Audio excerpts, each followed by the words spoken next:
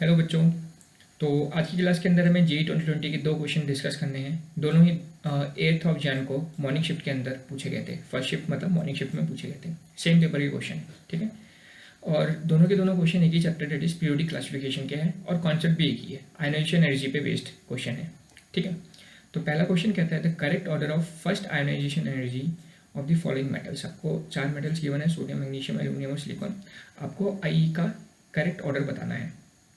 अच्छा, तो सबसे पहली बात आई होती क्या है, आयोनाइजेशन एनर्जी क्या होती है। तो energy required to remove an electron. Electron को, आउटर मोस्ट इलेक्ट्रॉन जो होता है आउटर मोस्ट शेल के अंदर, उससे इलेक्ट्रॉन निकालने के लिए जो आपको एनर्जी चाहिए उसको हम आई बोलते हैं। देख देता हूँ यहाँ में, ionisation energy is the energy required to remove an electron. अब क्वेश्चन में बोला है फर्स्ट आई। फर्स्ट आई का मतलब क्या हुआ कि फर्स्ट इलेक्ट्रॉन को जब तुम बाहर निकालोगे तब जो एनर्जी चाहिए होगी उसको फर्स्ट आयनाइजेशन एनर्जी बोलोगे। सेकेंड इलेक्ट्रॉन को निकालने के लिए जो एनर्जी चाहिए उसको हम सेकेंड आई बोलेंगे। और थर्ड इलेक्ट्रॉन को निकालने के लिए जो एनर्जी चाहिए होगी उसके लिए हम थर्ड आई बोलेंगे, ठीक है। अब 4 एलिमेंट्स हैं हमारे पास, सोडियम, मैग्नीशियम, एल्यूमिनियम और सिलिकॉन। और ये देखो चारों के चारों सेम पीरियड से बिलोंग करते हैं। They all are belong from the third period से बिलोंग करते हैं। और जानते हैं हम एक जनरल ट्रेंड आयनाइजेशन एनर्जी का क्या होता है, अक्रॉस द पीरियड आई क्या करती है, इंक्रीज करती है। इसको भी लिख देते हैं, general trend is it increases. इतनी बात क्लियर है। अब एक और चीज़ देखो, तो अगर डायरेक्ट ये कॉन्सेप्ट लगाओगे कि अक्रॉस द पीरियड इंक्रीजेस, तो तुम्हें सेकंड ऑप्शन थोड़ा लगेगा कि सही हो सकता है। सबसे ज़्यादा सिलिकॉन की, उससे कम एल्यूमिनियम की, उससे कम मैग्नीशियम की और उससे कम सोडियम की, है ना। पर हो जाएगा गलत। क्यों? क्योंकि यहाँ पर एक छोटा सा कॉन्सेप्ट है, वेरी इंपॉर्टेंट कॉन्सेप्ट। कहीं पर भी इलेक्ट्रॉनिक कॉन्फ़िगरेशन या आयनाइजेशन एनर्जी पे बेस्ड क्वेश्चन बनते हैं तो ये कॉन्सेप्ट बहुत ज़्यादा ध्यान से कि यूज होता है। तो कॉन्सेप्ट क्या है ये मैं सबसे पहले समझाता हूँ आपको।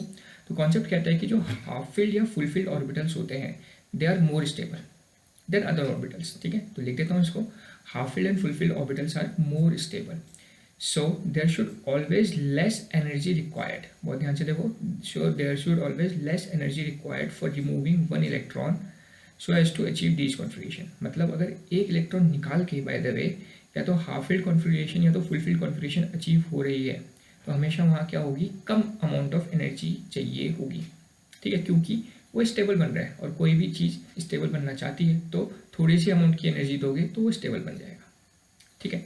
ओके, तो सबसे पहले हम इसके बारे में बात करते रहेंगे इन क्वेश्चंस के अंदर। तो सबसे पहले हम पकड़ते हैं कॉन्फिगरेशन। सोडियम की लिखता हूँ, 11 एटॉमिक नंबर होता है, 1s2 2s2 2p6 3s1। I hope electronic configuration जो मैंने लिखी है 1s2 2s2 इस टाइप की लिखनी सबको आती हो। जिसको नहीं आती है वो एटॉमिक स्ट्रक्चर वाला चैप्टर की वीडियोज़ मेरी देख सकते हैं, ठीक है। सेकेंड है मैग्नीशियम 12, इसकी कॉन्फिगरेशन लिख ली। एल्यूमिनियम की भी लिख देते हैं और सिलिकॉन की भी लिख देते हैं, ठीक है। तो सबसे पहले मैंने इन चारों एलिमेंट्स जो मेरे पास गिवन है इन चारों की इलेक्ट्रॉनिक कॉन्फिगरेशन लिख दी है। नाउ अब एक इलेक्ट्रॉन निकालना है हमने, तो एक इलेक्ट्रॉन सबसे पहले सोडियम से निकालेंगे। तो देखो इसका आउटर मोस्ट शेल क्या है, 3s1 है, तो डेफिनेटली यहाँ से इलेक्ट्रॉन निकलेगा। जैसे ही इलेक्ट्रॉन निकलेगा ये क्या हो जाएगा, 0। और क्या बन जाएगी, 1s2 2s2 2p6। अब देखो यहाँ 3s1 था, एस में मैक्सिमम कितने इलेक्ट्रॉन भर सकते हैं, 2। तो इसका हाफ फील्ड कितना, फुल फील्ड होगा 2 और हाफ फील्ड क्या होगा 1। यहाँ हाफ फील्ड था पर जैसे ही इलेक्ट्रॉन निकला 2p6 हो गया, मतलब एक फुल फील्ड कॉन्फिगरेशन अचीव हो गई, ठीक है। और हाफ फील्ड और फुल फील्ड में ज़्यादा स्टेबल क्या होता है, फुल फील्ड ज़्यादा स्टेबल होता है, ठीक है। तो इसने अचीव कर लिया full field configuration that is 2p6। तो डेफिनेटली अभी बोला है कि अगर बाय द वे वो ज़्यादा स्टेबल बन रहा है तो हमेशा क्या चाहिए होगी, कम एनर्जी चाहिए होगी। तो यहाँ से यहाँ ऑल्दो ये भी स्टेबल था, 3s1 हाफ फील्ड में था, पर 2p6 इसकी आउटर मोस्ट ज़्यादा स्टेबल है क्योंकि full filled orbitals are more stable than half filled. तो 3s यहाँ से ये कैरिड आउट कराने के लिए हमेशा क्या चाहिए होगी, कम एनर्जी चाहिए होगी, ठीक है। तो सोडियम की होगी। मैग्नीशियम के देखो 3s2 से एक इलेक्ट्रॉन जैसे ही तुम निकालोगे क्या बन जाएगा, 3s1 बन जाएगा। अब इलेक्ट्रॉनिक कॉन्फिगरेशन क्या होगी, 3s1। अब देखो ये 3s2 मतलब फुल फील्ड था और 3s1 मतलब क्या हो गया, हाफ फील्ड। मतलब एक फुल फील्ड से half field that is more stable से लेस स्टेबल बन रहा है। और ऐसा कोई नहीं बनना चाहता, मतलब हम हर कोई क्या चाहता है कि स्टेबिलिटी अचीव करें। यहाँ मोर स्टेबल से लेस स्टेबल बन रहा है, तो इस केस को कराने के लिए you have to give more amount of energy. आपको काफ़ी अमाउंट में एनर्जी देनी पड़ेगी। इतनी बात क्लियर है। Third aluminium. एल्यूमिनियम से जैसे ही इलेक्ट्रॉन निकालोगे तो 3p1, ना तो फुल फील्ड है ना तो हाफ फील्ड है। जैसे ही इलेक्ट्रॉन निकालोगे क्या बन जाएगा, 0 बन जाएगा। पी है यहाँ का आउटर मोस्ट, तो ना तो फुल फील्ड ना तो हाफ फील्ड, तो क्या बनेगा 3s2। देखो अब क्या बन गया, आउटर मोस्ट 3s बन गया और 3s is the full field. मतलब एक क्या बन रहा है, एक स्टेबल कॉन्फिगरेशन अचीव कर रहा है। एक बात समझो, मोर स्टेबल कॉन्फिगरेशन अचीव कर रहा है जिसकी वजह से यहाँ पर भी आपको क्या देनी पड़ेगी, कम अमाउंट ऑफ एनर्जी देनी पड़ेगी, यही बोल रहे हैं। There should always less energy required for removing one electron so as to achieve this configuration.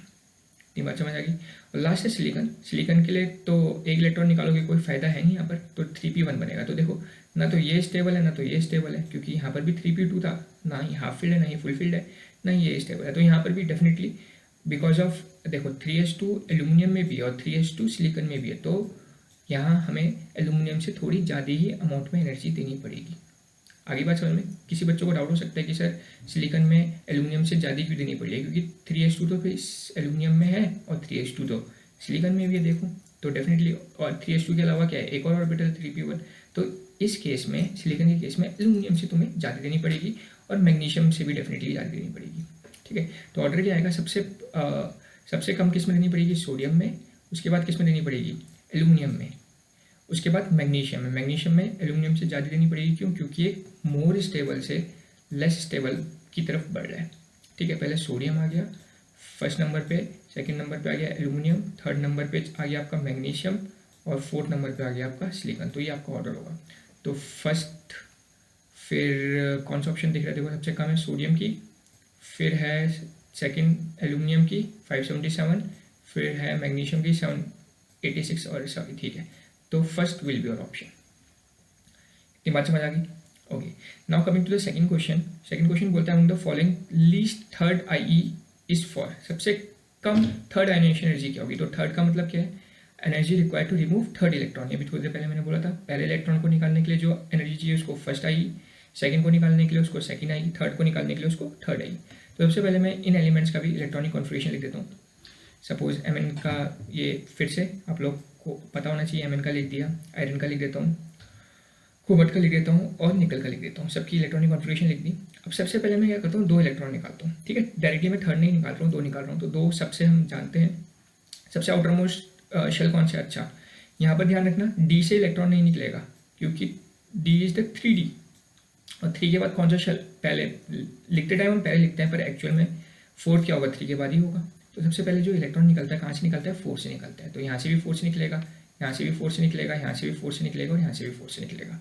ठीक है, तो सबसे 4 से निकलेगा, 4s 0 हो जाएगा, कॉन्फिगरेशन हो जाएगी 3d5, इसकी कॉन्फिगरेशन हो जाएगी 3d6, इसकी हो जाएगी 3d7, इसकी हो जाएगी 3d8। इतनी बात समझ आ गई। अभी मैंने दो इलेक्ट्रॉन निकाले हैं, अब मुझे क्या करना है, एक और इलेक्ट्रॉन निकालना है, क्योंकि एक्चुअली मुझे थर्ड आयनाइजेशन एनर्जी चेक करनी है किसकी सबसे कम होगी। ठीक है, तो सबसे पहले वाले की जरा देखो, अगर इसकी निकालूंगा D5 की तो क्या बनेगी, 1s2 2s2 2p6 3s2 3p6 and 3d4। अब आपको दिख रहा है साफ साफ D में मैक्सिमम कितने इलेक्ट्रॉन होते हैं, 10 इलेक्ट्रॉन, मतलब फुल फील्ड हो गई उसकी D10 और हाफ फील्ड हो गई D5। तो देखो यहाँ पर ये D5 में है और जैसे एक इलेक्ट्रॉन निकालोगे D4 में जा रहा है, मतलब मोर स्टेबल से लेस स्टेबल बन रहा है। बात समझ लो, मोर स्टेबल से लेस स्टेबल बन रहा है।